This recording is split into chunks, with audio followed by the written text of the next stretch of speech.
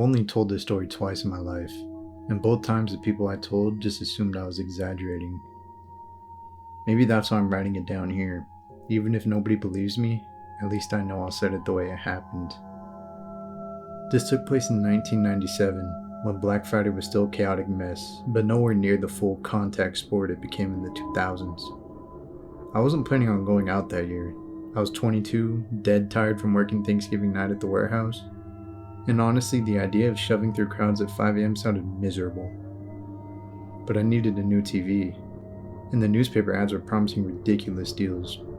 By the time I drove into town, it was maybe 6:30 a.m. The sun was barely up, and the big stores Sears, Kmart, Circuit City all had lines stretching across the parking lots. There was no chance I was waiting through that, but there was a small electronics store on the edge of the strip mall, a place called Tech Town. It had been around since the 80s, but never had much business. Honestly, I didn't even realize they were participating in Black Friday. But the lights were on and the sign in the window said Black Friday, mega deals, no lines, open early. That should have been my first red flag. When I walked in, the bell on the door rang, and the first thing I noticed was how quiet it was. No customers, no rush. Just 3 employees behind the counter, all dressed in plain navy jackets. One guy, tall, shaved head, thick Boston accent, greeted me instantly. "Morning, you here for the specials?" He didn't smile, none of them did. But the only thing I cared about was the TV deals. When I asked them, the guy waved me to the back of the store. "Yeah, we got them set up in the warehouse this way." I hesitated. Why would the displays be in the warehouse? Still, I followed him through a door marked employees only, and the second we stepped inside, I knew something was wrong.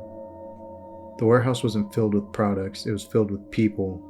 Not customers, not employees, just men. All wearing the same navy jackets, all watching me, none of them speaking. The deal TVs were set up in the middle of the room on folding tables, all older models, some with scratch screens, some with wires taped together, nothing like what was advertised. I said, "Hey, these aren't the ones in the paper." And this shaved head guy stepped closer to me and said, "Paper was just to get people in." Now I started backing up. I thought maybe this was some kind of scam, like they'd pressure me into buying busted equipment. But the mood in that room, it was wrong. Not salesman wrong, like danger wrong. A guy near the wall locked the door behind me. Another one pulled something out behind a TV. I couldn't tell if it was a tool or a weapon. That's when I realized these men weren't retail workers. I turned and shoved past the shaved head guy, darting for the nearest exit door on the side of the warehouse. The men shouted behind me, and heavy footsteps started closing in. I hit the bar in the emergency exit door, thank God it wasn't alarmed, and sprinted out into the cold morning air. The door slammed behind me. I ran across the parking lot and toward the main road, waving down the first car I saw. The lady driving screamed when I jumped in front of her, but once she realized I was panicked, she cracked her door and asked what happened. I was completely out of breath and terrified. I only managed to say, "Men inside, something wrong." She looked past me. The warehouse door had closed. When we looked back at the store, the sign was off, the lights were off, the open sign was gone. It looked like it had never opened that morning at all. Police investigated later, or at least pretended to, and said the store had been closed since October for inventory restructuring. They acted like I imagined it. Techtown shut down entirely the next year. The building is still empty. Every Black Friday since, when I see crowds rushing into real stores, I feel this weird sense of relief. Because back in 1997, I actually learned something. Sometimes the worst place you can be is the one place that isn't crowded.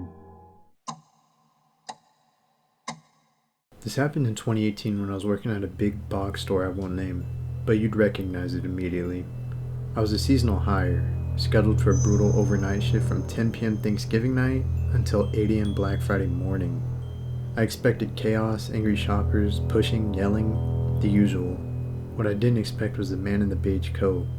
He came in around midnight, long before the rush began. He didn't grab a cart or a basket. He didn't look at any of the sales racks. He just walked slowly up and down the aisles, hands in his pockets, eyes scanning everything and everyone. I tried the usual, "Hi sir, can I help you find anything tonight?" He looked at me for a solid 2 seconds, too long before saying, "No, just browsing." His voice was low and flat, like he was barely awake. I kind of just shrugged it off. But as the night went on, hundreds of people came through the doors. I kept seeing him, never buying anything, never interacting with anyone, just drifting. At around 3 a.m., one of the cashiers radioed in, can someone check cosmetics? There's a guy standing behind the counter. I went to check, and of course it was him, just standing there behind the employee counter. Sir, you can't be back here, I said. He didn't move at first, then he slowly stepped out, just staring at me. You all have a lot of exits in this place, he said. It didn't even sound like a question. I honestly had no clue what to say, like I was genuinely stunned. He walked away and my manager told me to keep an eye on him, but not confront him again. But the weirdest thing was what happened around 4:30 a.m. A group of teens were recording near the electronics department, and when the camera panned across the aisle, the guy jumped out of frame like he didn't want to be seen at all. He disappeared for like an hour. Then during the height of the morning rush, I saw him again, standing near the exit, just inside the entrance. His coat was unzipped now, and he was holding something close to his chest under his shirt. I didn't know what, but it made my stomach drop. Before I could call security, he walked outside, then back in, then outside, then back in. It looked like he was waiting for something, timing something. Finally, security approached him. I couldn't hear the conversation from where I was, but I saw the moment the guard put his hand on the guy's arm, and the guy snapped. He shoved the guard so hard he hit the glass door, and then the man bolted through the parking lot and into the dark. Police were called. They searched his abandoned car and found nothing necessarily illegal, but they did find blueprints, printed store maps, diagrams of exits and blind spots, and timestamps labeled with things like peak crowd, shift change, security rotation. They told us they weren't sure what he intended, but whatever it was, I know for sure it wasn't good. I actually ended up quitting 2 weeks later. Whenever people talk about the dangerous Black Friday crowds, I always think that the scariest person in that store wasn't the one pushing. It was the guy who was just chill, doing nothing. This happened in 2022 on Black Friday. I was home from college and decided to go to the outlets with my mom around 9 p.m. on Thanksgiving night. It was freezing, one of those nights where the cold hits your bones. The parking lot was absolute chaos, so my mom dropped me near the entrance while she went to find a space. I told her I'd wait on the sidewalk, which ultimately ended up being a bad decision. After about a minute, I noticed this woman standing near the curb, maybe late 40s, wearing a big puffy white coat. Nothing weird at first, until she looked directly at me and smiled. Only she didn't blink, just this wide, fixed smile. I gave a polite nod and looked away, but every time I glanced back she was still staring. After maybe 30 seconds she walked over. Her smile never changed. "Hi, sweetie," she said. "Are you here alone?" My stomach immediately dropped. I told her I was waiting for my mom. She stepped closer, too close, and said, "You shouldn't stand out here by yourself. It's not safe." Mind you, at the time I was 19 years old. She kept glancing toward the parking lot, like she was looking for someone, or signaling. Finally I said, "I'm fine, thank you," and stepped back.